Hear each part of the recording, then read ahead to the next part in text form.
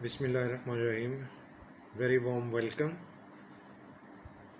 Today we have 8th of July 2020 and the day is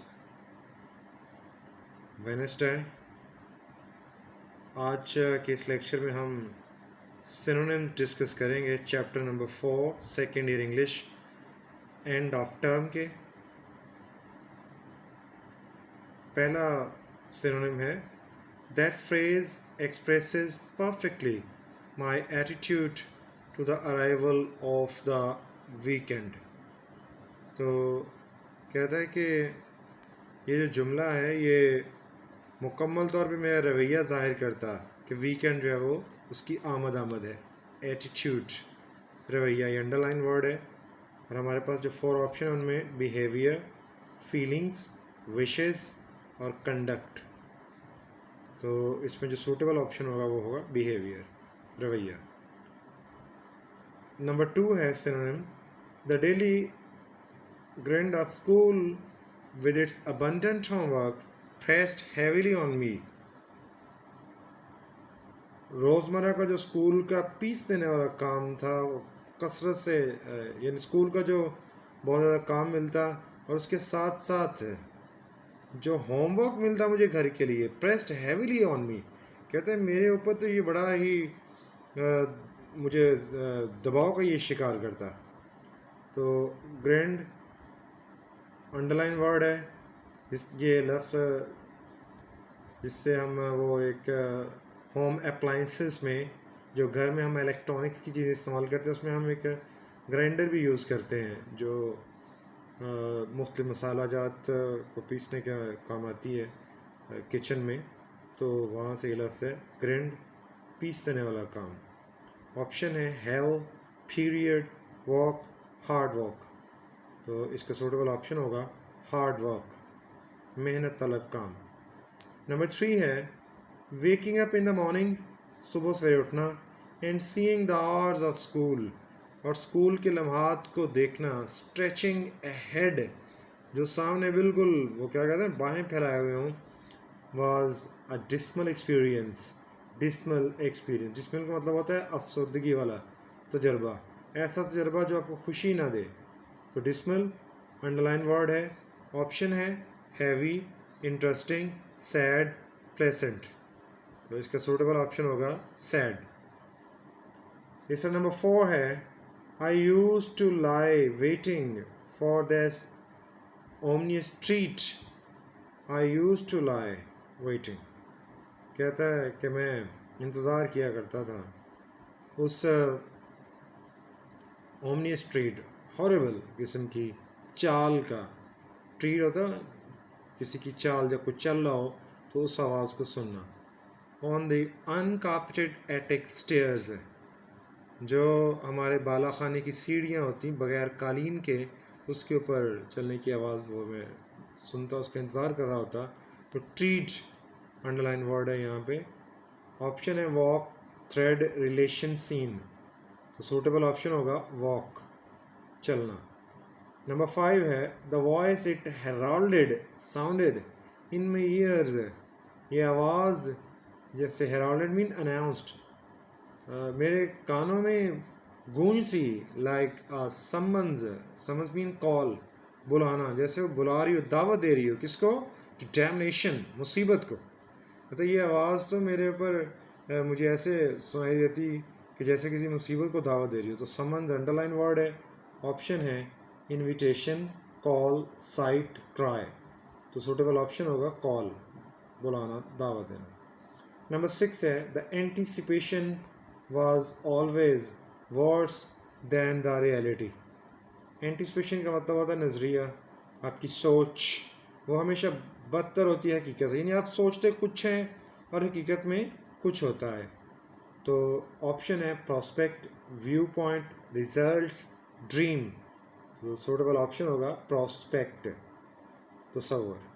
number 7 to the writer the oppressive weight of the knowledge of a full day's school.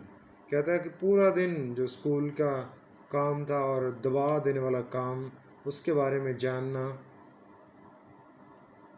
A had remained a characteristic sensation of his childhood.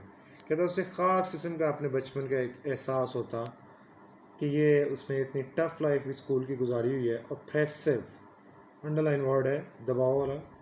Option है light, cruel, pleasant, heavy. तो suitable option होगा cruel, तलख. Number 8 है Friday morning was positively rose coloured. जुमे की सुबह मुस्बत हद तक काफ़ी हद तक उनके लिए बड़ी खुशी का बायस होती. रोज कलर्ड अंडरलाइन है. ऑप्शन है ब्यूटीफुल, पिंकी, ग्रेट, सैड.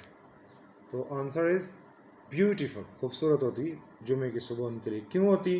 क्योंकि आगे दो कंसेक्टिव हॉलीडेज आ रही होती जिसमें फ्राइडे और सैटरडे और संडे शामिल. नंबर 9 है some time there are unexpected रिस्पाइट्स.